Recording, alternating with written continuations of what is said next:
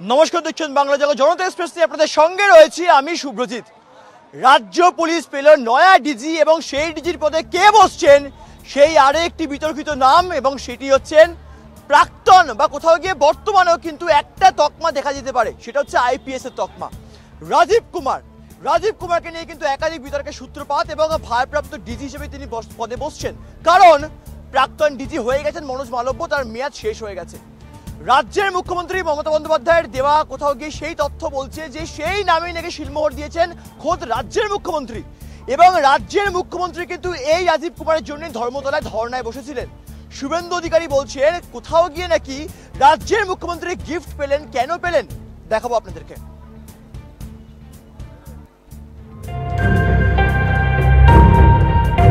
তিনি মুখ্যমন্ত্রীর অত্যন্ত আস্থাভাজন হিসেবে পরিচিত।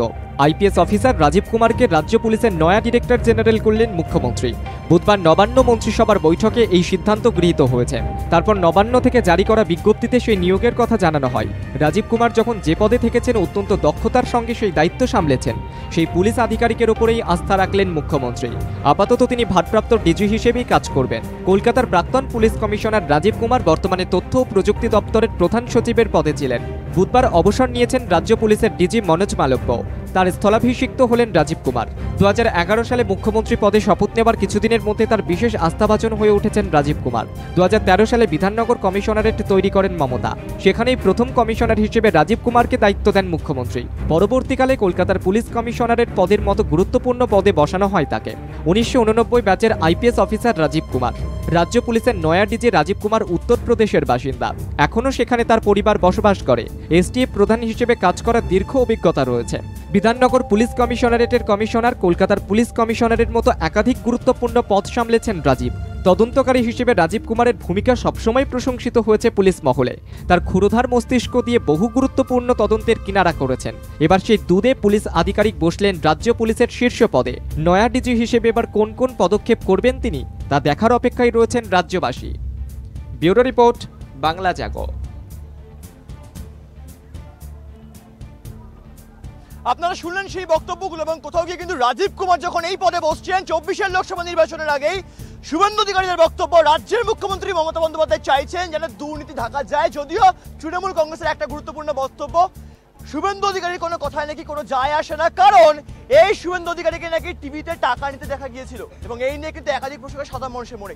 তবে তারা প্রশ্ন করতে ভয় পাচ্ছে, তাদের হয় এবার প্রশ্ন করবো আমি এনাদের প্রত্যেককে। তারা পরিচয় করবো। আমাদের সঙ্গে রয়েছেন বিজেপির পক্ষে বক্তব্য রাখবে স্বপন দাস, আমাদের সঙ্গে রয়েছেন অরিত্র শাহ তৃণমূল কংগ্রেসের পক্ষে বক্তব্য রাখবে, আমাদের সঙ্গে রয়েছেন বামেদের মুখপাত্র জিৎ সিংহ, আমাদের সঙ্গে রয়েছেন বিজেপির মুখপাত্র অরিজিৎ মুখোপাধ্যায়, এবং রয়েছেন তৃণমূল কংগ্রেসের পক্ষে বক্তব্য রাখবেন কৌশিক মাঝি।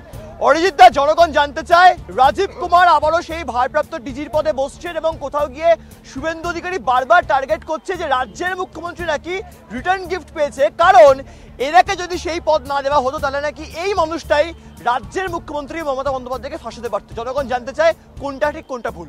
দেখুন, আমার একটা পরিষ্কার কথা, এই বিধাননগর কমিশনারেটের কমিশনার ছিলেন রাজীব কুমার। পরবর্তীকালে অনেক রকম সিট গঠন হয় এবং তিনি গুরুদায়িত্ব পালন করেন। দেবযানী মুখার্জি, সুদীপ্ত সেন এরা অ্যারেস্ট হয়, কিন্তু রাজীব কুমারের বিরুদ্ধে অভিযোগটা কি উঠেছিল? রাজীব কুমারের বিরুদ্ধে অভিযোগ উঠেছিল যে তিনি নাকি সারদা মামলার এভিডেন্স ট্যাম্পারিং করেছিলেন। তাহলে সেই জায়গা থেকে যেখানে ইলেকশন কমিশন পরবর্তীকালে তাকে সরিয়ে দেয়, এবং ইলেকশন কমিশনের নতুন গাইডলাইন অনুযায়ী যদি কাউকে সরিয়ে দেওয়া হয় তাকে নতুন করে ফিরিয়ে আনা সেই পদে যায় না, সেই জায়গায় মুখ্যমন্ত্রী মমতা বন্দ্যোপাধ্যায়, আমরা শুনেছি 6 জনের নাম গেছিল, সেখান থেকে শুধুমাত্র রাজীব কুমারকে সিলেক্ট করে কেন বসানো হলো? তার মানে কি এর পেছনে আরো বড় চক্রান্ত আছে? আমি এটা বুঝতে পারছি না। জনগণ জানতে চায় আপনাদের সবেতেই সমস্যা। আজকে নতুন ডিজির পদে কেউ বসতে পারেন, কারণ তিনি কিন্তু কলকাতা পুলিশের প্রাক্তন কমিশনার ছিলেন, এবং বারংবার 2011 সালে রাজ্যের মুখ্যমন্ত্রী মমতা বন্দ্যোপাধ্যায় ক্ষমতা আসার পর থেকে নাকি কোথাও গিয়ে অন্য চোখে নাকি দেখতেন এই রাজীব কুমার আইপিএস কে, যিনি 1989-এ সেই আইপিএস ব্যাচের পাস আউট, এবং দীর্ঘদিন ধরে একাধিক মামলা নিয়ে তিনি লড়েছেন, এবং কোথাও গিয়ে কিন্তু একাধিক জায়গায় কিন্তু সফলতা তিনি পেয়েছেন। বিজেপির আপত্তিটা কোথায়?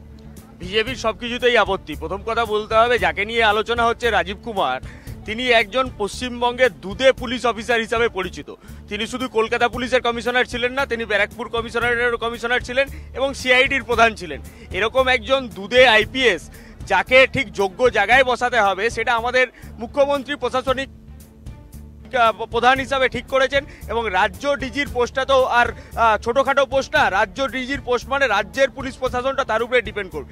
তো যেই মানুষটা সেটা সামলাতে পারবেন, যার দক্ষতা আছে যোগ্যতা আছে তাকেই তো বসাবেন, তার দক্ষতা এবং যোগ্যতার ভিত্তিতে তাকে ওই আসনে বসানো হয়েছে। বিজেপি বিরোধিতা করলো কি করলো না তাতে আমাদের কিছু যায় এসে যায় না। রাজ্যের আমি আসবো জনগণ জানতে চাই কোথাও গিয়ে তৃণমূল কংগ্রেসের বক্তব্য, বিজেপির কাজ হচ্ছে বিরোধিতা করা, তার মধ্যে কিন্তু অবশ্যই তৃণমূলের অন্যতম প্রধান বিরোধী দল হচ্ছে আপনাদের দল বাম। সেখান থেকে দাঁড়িয়ে বামেদের ঠিক কি বক্তব্যের বিষয়? সব থেকে বড় কথা, চার বছর আগের কথা মনে পাড়িয়ে দিতে চাই। 4 বছর আগে মনে হচ্ছিল যেন দুই দলের সিকিউরিটি গার্ড মারামারি করছে।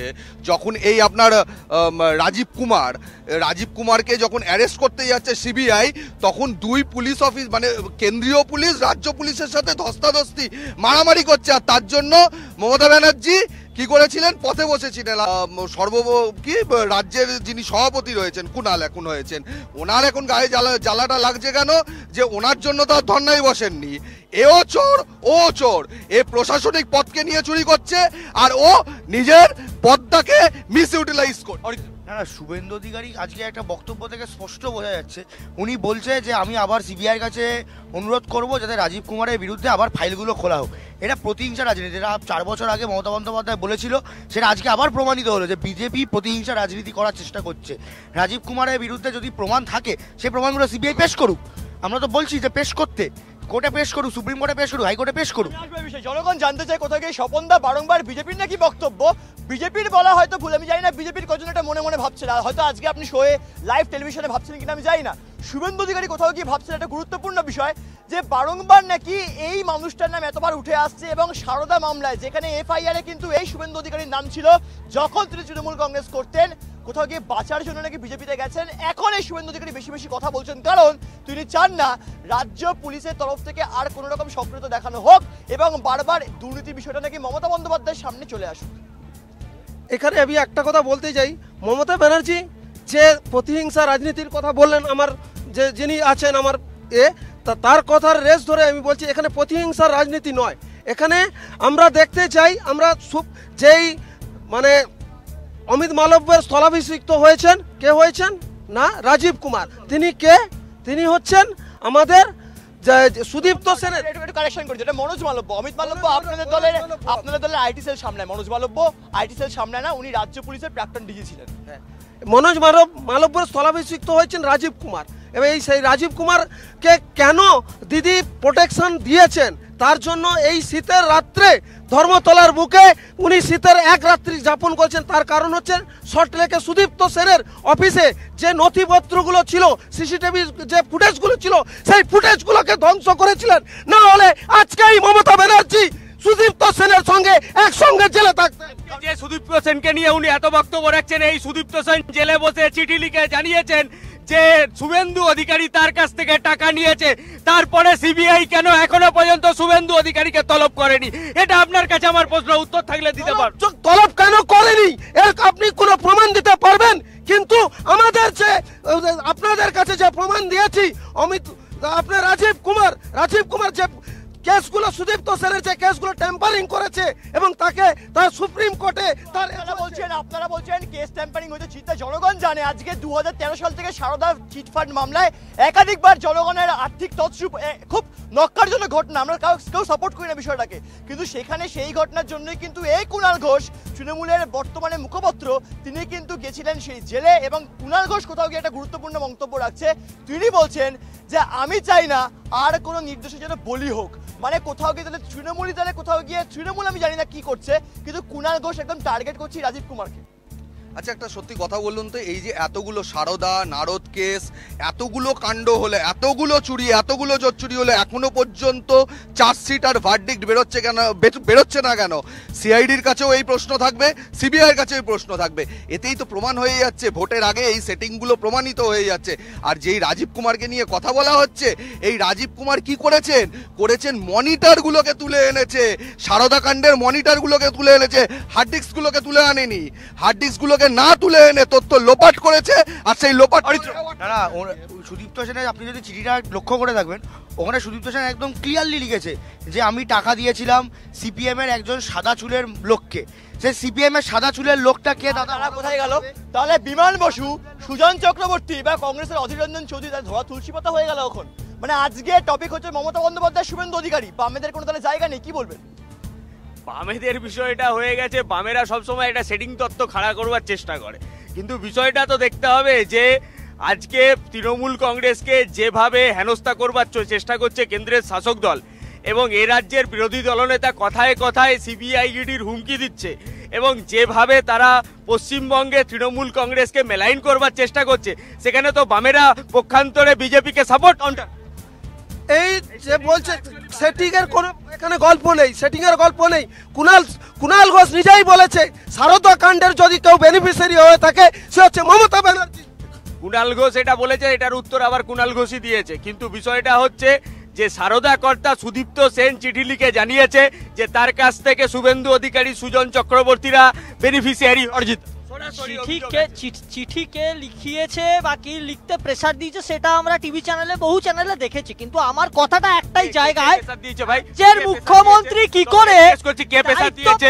তুমি কি জেলের ভেতরে গিয়ে খবর নিয়ে এসেছিলে? বাঁচানোর খবর তুমি ধর্নায় বসেছিলেন, ভিত্তিতে বললে কলকাতা শহরের বুকে একজন মুখ্যমন্ত্রী সে কি করে একজন অভিযুক্ত যে সারদা মামলার মতো গুরুত্বপূর্ণ কেসের অভিযোগ। জনগণ দেখতে পাচ্ছে, 1 মিনিট, 2023 সালে আরে আসতে 2023 সালে পঞ্চায়েত ভোটের আগে বারংবার কোথাও গিয়ে আপনারা বলছেন রাজ্যের সিআইডি কোনো কাজকর্ম করে না বা রাজ্য পুলিশ কোনো কাজকর্ম করে না। আমি জানি না রাজ্য পুলিশ বা জনগণ জানে রাজ্যের পুলিশ কি কাজকর্ম কোথাও করছে কি করছে না, সেটা আমি অন্তত তাদেরকে বলে দেবো না, জনগণ সবটাই বোঝে। কিন্তু আপনাদের বক্তব্য যে শুভেন্দু অধিকারী একদম ঠিক কথা বলছেন, আপনাদের সিবিআই, কারণ এই কথাটা বলছি, তৃণমূল কংগ্রেসের বক্তব্য সিবিআই ইডিকে নাকি কিনে রেখে দিয়েছে এই বিজেপি সরকার। সিবিআই পঞ্চায়েত নির্বাচনের আগে বলছে যে তারা, অর্থাৎ সিবিআই যে পূর্বাঞ্চলীয় কর্তৃপক্ষ, একটা তথ্য দিয়ে রাখি আপনাদের টেলিভিশনের পর্দায়, সিবিআইয়ের পূর্বাঞ্চলীয় কর্তৃপক্ষ তারা বলছে কেন্দ্রীয় স্বরাষ্ট্রমন্ত্রক অমিত শাহর তরফ থেকে নাকি একটা সবুজ সিগন্যাল দেওয়া হয়েছে এই শুভেন্দু অধিকারীর বিরুদ্ধে, যেহেতু সিবিআই অর্থাৎ এফআইআর এর নাম রয়েছিল সারদা কাণ্ডের, সেই সারদা কাণ্ডের এফআইআর এর নাম থাকার জন্য নাকি তদন্ত চলবে। কি বলবেন তাহলে এখন? দেখুন, আমরা বারবার বলছি তদন্তের মতো চলুক, যার জন্য শুভেন্দু অধিকারীকে জেলে রাখা হবে তো, শুভেন্দু অধিকারীকে জেরা করা হবে তো, শুভেন্দু অধিকারীকে জেরা করা হবে তো, হ্যাঁ কি না, কি মনে হচ্ছে? আজকে এফআইআর এর নাম ছিল ববি হাকিমের, এফআইআর এর নাম ছিল প্রয়াত সুব্রত মুখোপাধ্যায়, তাদেরকে গ্রেফতার করা হয়েছিল, এবং শুভেন্দু অধিকারীকে গ্রেফতার করা হবে তো, হ্যাঁ কি না? শুভেন্দু বাবুকে গ্রেফতার করা হবে, শুভেন্দু বাবুকে গ্রেফতার, আরে শুভেন্দু বাবুকে গ্রেফতার, আরে বাবা আপনি বলুন না, কিন্তু আগে হ্যাঁ কি না বলুন, বাংলা তো পড়েছেন ছোটবেলায়, শুভেন্দু অধিকারীকে গ্রেফতার করা হবে, হ্যাঁ কি না, কি মনে হচ্ছে? বিরোধী দলনেতা মাননীয় শুভেন্দু অধিকারী মহাশয় তিনি আপনারা দেখেছেন বলেই দিয়েছেন যে আমরা সুপ্রিম কোর্টের কাছে আবেদন, আমরা এটাও দেখেছি, আমরা 1 মিনিট, আরে দাদা হাসাবেন না, টেলিভিশনের পর্দায় জনগণ দেখতে পেয়েছে এই রাজ্যের বিরোধী দলনেতা শুভেন্দু অধিকারী টেলিভিশনের পর্দায় টাকা নিয়েছে। কি বলবেন কৌশিকদা? এটা তো শুধু সারা বাংলার মানুষ দেখেছে, একটাই কারণে দেখতে পেয়েছে যে বিজেপি তাদের পার্টি অফিসে জায়ান্ট স্ক্রিন লাগিয়ে সাংবাদিক বৈঠক করে বড় বড় করে দেখেছিল শুভেন্দু অধিকারী দেখেনি, অন্যান্য তৃণমূল নেতাদের বিজেপি ক্ষমতায় আসলে জেলে পড়বে, আজকে নেতাদের কেন আপনারা আগলে রাখছেন, ভরে নিয়েছে তাদেরকে দলের বিরোধী দলনেতার পোস্ট, আর শুধুমাত্র বিরোধী দলনেতা। আর ববি হাকিম বলেছিল নারদা কাণ্ডটা তখন তৃণমূলেই ছিলেন তো।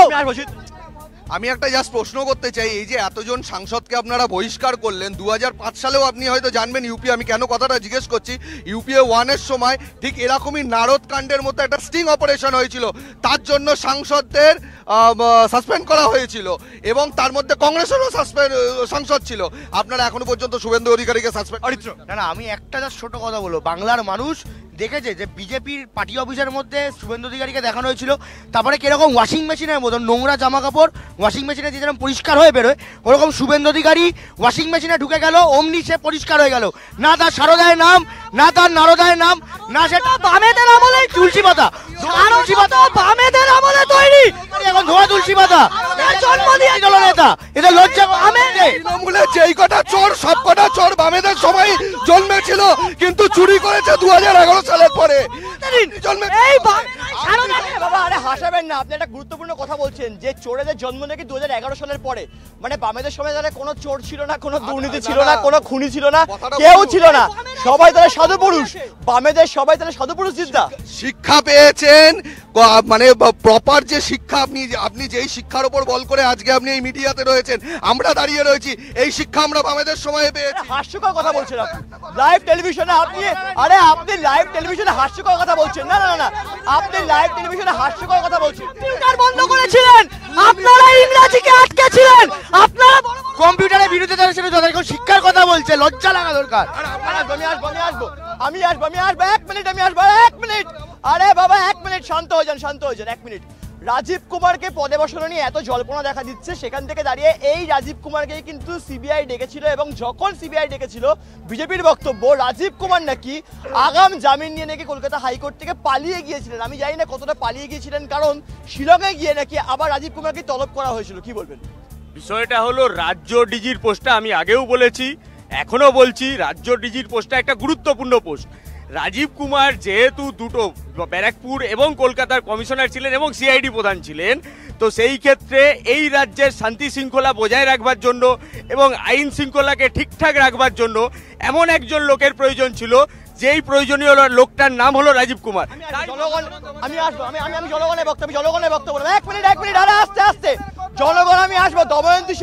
দময়ন্তী সেন কি বলেছে আমরা সবাই জানি, আমি জনগণের বক্তব্য নেবো।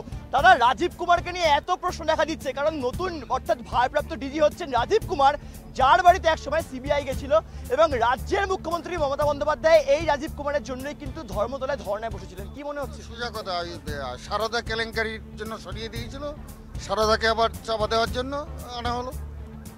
তাহলে কৌশিকদা, জনগণ বলছে সারদা কাণ্ড চাপা দেওয়ার জন্য, জনগণ বলছে, আমি বলছি না বা বিজেপি বলছে না, জনগণ বলছে সারদা কাণ্ডকে চাপা দেওয়ার জন্য রাজ্যের মুখ্যমন্ত্রী লাইভ টেলিভিশনে বলছেন। কি বলবেন? সারদা কাণ্ডের তদন্ত রাজীব কুমার করছে না, সারদা কাণ্ডে করেছিল তো, আরে করেছিল তো, সিটটা তো গঠন করা হয়েছিল। দাদা 1 মিনিট, দাদা আমি আসবো। সিটটা তো গঠন করা হয়েছিল, সিট গঠন করা হয়েছিল, তার পরবর্তীকালে সেটা সিবিআই এর ঘাড়ে এই তদন্তভার যায়। সিবিআই যে তদন্ত করছে 2014 সাল থেকে আজকে 2024 সাল পড়তে গেল, সারদা তদন্তে কি রিড? একটাই প্রশ্ন আপনার কাছে, আমায় বলতে দিন, একটা প্রশ্ন আছে। জমা করতে সেটা হচ্ছে ইলেকশন কমিশন যখন রাজীব কুমারকে সরিয়ে দেয় এবং তার বিরুদ্ধে অভিযোগ ওঠে এভিডেন্স ট্যাম্পারিং এর, সেরকম গুরুত্বপূর্ণ মামলার এভিডেন্স ট্যাম্পারিং এর অভিযোগ থাকা সত্ত্বেও কি করে রাজ্যের মুখ্যমন্ত্রী আবার রাজীব কুমারকে নিয়ে আসে এই অন্যান্য মামলাগুলো দুর্নীতি? আমি আসবো স্বপনদা, বারংবার একাধিক বিষয় দেখা দিচ্ছে, সেখান থেকে দাঁড়িয়ে শুভেন্দু অধিকারী বলছে সুপ্রিম কোর্টে এখনো কিন্তু এই মামলার রায় দেওয়া হয়নি, মামলা নাকি এখনো চলছেও না। সেখান থেকে দাঁড়িয়ে কি মামলাটা আবার সূত্রপাত ঘটুক, এবং কোথাও গিয়ে শুভেন্দু অধিকারীর বক্তব্য মামলা যদি না শুরু হয় আম জনতা নাকি রাজীব কুমারের বিরুদ্ধে প্রোটেস্ট করবে। সত্যি কি তাই করবে? আমজনতা প্রোটেস্ট করবে মানে এটা রাজীব কুমারকে তো রক্ষা কবচ নিয়ে ছাড়ানো হয়েছে। আমরা জানতে চাই, একজন যার একটা সারদা কাণ্ডে যার মানে বিচারাধীন ব্যবস্থায় বিচারাধীন মানে অধীনে আছে, সেই একজন রাজীব কুমারকে কেন মুখ্যমন্ত্রী একটা রাজ্যের গুরুত্বপূর্ণ বলছেন না? শুভেন্দু অধিকারী তো নারদা কাণ্ডে সেম ভাবে অভিযুক্ত, যে সে কিভাবে আপনাদের দলে বিরোধী তো টাকা নিয়েছে। আরে বাবা, শুভেন্দু অধিকারী ব্যাপারটা বলুন। আপনাদের দলের নেতা, আপনাদের বরিশে চলে যেত, আপনাদের দলের নেতা তো, আপনাদের দলের নেতা, আপনারা আলিমুদ্দিন স্ট্রিটে জায়ান্ট স্ক্রিন লাগিয়ে দেখেছিলেন, টাকা নিচ্ছে, সে তাকে এখন আপনারা প্রমোশন দিয়ে। শুনুন, আলিমুদ্দিন স্ট্রিটের নামটা এই কারণেই মুখে নেবেন না, তার কারণ হচ্ছে কি, যখনই আপনাদের মনে হয় যে কিছু ছাই চাপা পড়ে যাচ্ছে, কোথাও একটা খুঁজে সিপিএম এর নাম বার করি। আজ পর্যন্ত আপনারা 13 বছর সরকারে রয়েছেন, ওই ছাই খুঁজে একটাও সিপিএম এর চোর বের করতে পারেননি। আর আপনাদের চিঠিটা দেখেছেন দাদা, সুদীপ্ত সেনের চিঠিটা দেখেছিলেন? আপনাদের নেতা চিঠিটা দেখেছেন? সাদা চুলের নেতা, সাদা চুলের নেতাটা কে? আরে বাবা, সাদা নেতা বলছেন, এখনো সাদা চুলের নেতাটা কে? আপনি বলুন না। আপনাদের সিপিএম এর আমলে তাকে জন্ম, আপনাদের সিপিএম এর আমলে সারদার জন্ম 2011 আগে না, যত চিটফান্ড হয়েছে বামফ্রন্টের আমলে, যত কিছু চিটফান্ড বামফ্রন্টের আমলে। আপনারা এটা বলছেন না, আমি আসবো। আপনারা বলছেন বামফ্রন্টের আমলে, আপনারা জনগণ দেখছে, আপনারা বলছেন চিটফান্ড হচ্ছে বামফ্রন্টের আমলে। খুব নক্কারজনক ঘটনা। আমি জানি না কার আমলে কি হয়েছে, কারণ আজকে 2023 সাল রাজ্যের মুখ্যমন্ত্রী মমতা বন্দ্যোপাধ্যায় সরকার, এককালে বাম শাসন ছিল, তারপরে কংগ্রেস ছিল, অনেক কিছু হয়ে গেছে বাংলার বুকে। ভবিষ্যতে বিজেপি আসতে পারে, নাও আসতে পারে, আমরা কেউ জানি না। সেখান থেকে দাঁড়িয়ে রাজীব কুমারকে একটা গুরুত্বপূর্ণ বিষয় দেখা দিচ্ছে, যেখানে এফআইআর এ শুভেন্দু অধিকারীর নাম রয়েছে, তাকে গ্রেফতার করা হচ্ছে না, জেরা করা হচ্ছে না, এবং রাজীব কুমারকে যখন নতুন পদে বসানো হচ্ছে, তা নিয়ে এত বিতর্কের সূত্রপাত? কারণ সবে সবে কিন্তু গতকালই এই সিদ্ধান্ত নিয়েছেন নবান্নে রাজ্যের মুখ্যমন্ত্রী মমতা বন্দ্যোপাধ্যায়। আজকেও হয়তো তিনি সেই চেয়ারটায় বসেছেন কিনা সন্দেহ, তার আগেই এত বিতর্কের সূত্রপাত। তাহলে আরো তো অনেক বিতর্ক হতে পারে, তাহলে কি মনে হচ্ছে? দক্ষ লোক চেয়ারে বসলেই তাকে নিয়ে যাদের মানে অসুবিধা হতে পারে, যারা রাজ্য জুড়ে গন্ডগোল পাকানোর চেষ্টা করছে তাদের গন্ডগোল পাকাতে যাতে অসুবিধা হতে পারে, তো তাদের তো অসুবিধা হবেই, তারা তো কথা বলবেই। এবার বিষয়টা হলো, আমার বামপন্থী বন্ধু একটু আগেই বললো যে কোনো চোর ধরা পড়েনি, কিন্তু আমি একটা কথা তোমায় মনে করে দিই, বামেদের সময়, বামফ্রন্ট সরকারের সময় পশ্চিমাঞ্চল উন্নয়ন মন্ত্রী ছিল সুশান্ত ঘোষ। কঙ্কাল কাণ্ডে যিনি দীর্ঘদিন জেলে ছিলেন, কিছুদিন আগে জামিনে তিনি মুক্ত হয়েছেন। তার ফ্যামিলির এবং তার আত্মীয় স্বজনের 17 জন চাকরি কিভাবে পেয়েছিল সেটা একটু আমার কাউন্টার। আচ্ছা, উনি যার কথা বললেন তাকে জামিন দিতে বাধ্য হয়েছেন, আন্ডার ট্রায়াল অবস্থায় জামিন পেয়েছে, কোনো রায় বার করতে পারেননি তার এগেনস্টে। তাকে যে জোর করে ওই কাণ্ডে ফাঁসানো হয়েছিল সেইটা আজকে প্রমাণিত। আর সে যখন তার মন্দিপুরের ঘরে ঢুকেছিল মিছিল করে, সাহসের সাথে, বুক চওড়া করে হাসি পায় এনাদের কথা শুনে। তাহলে আপনি বলছেন যে সাইবাড়িতে মানে মাকে যে রক্ত মাখা ভাত খাইছিল এটা ভুল? সব ভুল, সিপিএম কিছু করেনি। সিপিএম এবারে ধোয়া তুলসী পাতা মানুষের জীবন অতিষ্ঠ সিপিএম সব ঠিক করেছিল বলেই তো ওরা 2011 থেকে কমতে কমতে আজকে শূন্য চলে গেছে। আসবো ছোট করে উত্তর দেবো, একদম প্রোগ্রামের শেষে চলে এসেছি আমরা। কি মনে হচ্ছে অর্জিতা, কি রাজীব কুমারকে বসানো হচ্ছে? আপনারা কেন চাইছেন না বুঝে পাচ্ছেন? একটা সিদ্ধান্ত তো নেওয়া হয়েছে এবং কিছু ভেবে সিদ্ধান্ত নেওয়া হয়েছে। আপনারা ভাবছেন কোথাও গিয়ে হয়তো আবার প্রমাণ লোপাট হতে পারে, একটু পজিটিভ ভাবুন আপনারা। তৃণমূলের যিনি প্রতিনিধি, আমি উইথ ডিউ রেসপেক্ট বলছি, উনি ঠিকই বলেছেন, রাজীব কুমারের দক্ষতা নিয়ে কোনো প্রশ্ন নেই, কিন্তু তিনি এতটাই দক্ষ যে তার বিরুদ্ধে অভিযোগ উঠেছিল এভিডেন্স ট্যাম্পারিং এ, ঠিক একইভাবে তাকে ফিরিয়ে আনা হয়েছে। এই যত সমস্ত কেসগুলো চলছে তার এভিডেন্স যাতে। স্বপন উত্তর নেব। আমি মনে করব আমাদের মুখ্যমন্ত্রী খুব অনুগত, কারণ এই রাজীব কুমার যিনি মুখ্যমন্ত্রীকে সাহায্য করেছেন জেলের বাইরে থাকতে, এইটুকুই আমি বলবো, খুব অনুগত মুখ্যমন্ত্রী। আজকে রাজীব কুমারের জন্য বিজেপির বক্তব্য, রাজ্যের মুখ্যমন্ত্রী থেকে জেলের বাইরে আছে। আমরা হাসি পাচ্ছে, মানে হাসবো আমি লাইভ টেলিভিশনে হেসে দেবো নাকি? আমি তো লাইভ টেলিভিশনে হেসে দিই। ওনাদের কথার কোনো লজিক নেই। প্রথমত এরা ভয় পাচ্ছে কারণ একটাই জিনিস, যদি রাজীব কুমার থাকে এনারা এই হনুমান কীর্তনগুলো করতে পারবে না। কিসের ভয়, কিসের ভয়, কিসের ভয়? আপনারা হনুমান কীর্তনটা করতে পারেন। ইন্ডি জোটে আপনারা সবাই আছেন, কে কার বিরুদ্ধে লড়বে? আরে আপনাদের হনুমান জোট যদি জেতে, ইন্ডি জোট যদি জেতে, ছেড়ে দিন না, সিবিআই করাবেন, আমাদের পরে ছেড়ে দিন। আমাদের জোটে আমাদের জন্য মাথা ব্যথা, বিজেপি তার থেকে ডবল বেশি মাথা ব্যথা। তাকে হয়ে যাচ্ছে ঠিক রাখতে পেরেছেন, নিজের এনডিএ কে ঠিক রাখতে পেরেছেন। আচ্ছা, একটাই কথা বলবো, এই যুক্তরাষ্ট্রীয় পরিকাঠামোর মধ্যে থেকে দাঁড়িয়ে কেন্দ্রীয় সরকার যেভাবে সিবিআই কে আর ইডি কে নিজের বাপের সম্পত্তি ভেবে নিয়েছে, আর এইখানে সিআইডি আর পুলিশকে যেভাবে রাজ্য সরকার বাপের সম্পত্তি ভেবে নিয়েছে, ইডি সিবিআই কারুর বাপের সম্পত্তি নয়, প্রত্যেকটা রায় কারণ শুভেন্দু অধিকারীর সম্পত্তি, প্রত্যেকটা শুভেন্দু অধিকারী রায় সুপ্রিম তাকে অ্যারেস্ট করা হবে। শুভেন্দু অধিকারী সিবিআই কারুর তার বিরুদ্ধে অর্থাৎ এইরকম কিন্তু একাধিক বিষয় সামনে দেখা দিচ্ছে, কারণ স্বাভাবিকভাবে কিন্তু নতুন ভারপ্রাপ্ত ডিজির পদে বসছেন এই রাজীব কুমার, যাকে কিন্তু সরিয়ে দেওয়া হয়েছিল এবং সেই তথ্য প্রযুক্তি দপ্তরের প্রধান সচিব ছিলেন তিনি। সেখান থেকে দাঁড়িয়ে যেখানে আইএএস অফিসারের বসার কথা সেখানেই বসেছিলেন কিন্তু এই মানুষটা। এই নিয়ে কিন্তু শুভেন্দু অধিকারী একাধিক মন্তব্য করছেন। যদিও নবান্নে যে মন্ত্রিসভার বৈঠক সেখানে কিন্তু রাজ্যের মুখ্যমন্ত্রী দেওয়া নামে শিলমোহর পড়লো এবং নতুন ভারপ্রাপ্ত ডিজি মনোজ মালব্য যেহেতু রিটায়ারমেন্ট নিলেন বা রিটায়ারমেন্ট তার হয়ে গেল, সেই জন্যই কিন্তু এই পদেই বসলেন রাজীব কুমার। এবং এখন অবধি কিন্তু রাজনৈতিক মহলে এই নিয়ে বিতর্কের সূত্রপাত হয়েছে এবং এই নিয়ে একাধিক প্রশ্ন সাধারণ মানুষের মনে জেগেছিল, জাগছে, জাগবে। দেখা হবে আগামী এপিসোডে। দেখে থাকুন বাংলা চাকু।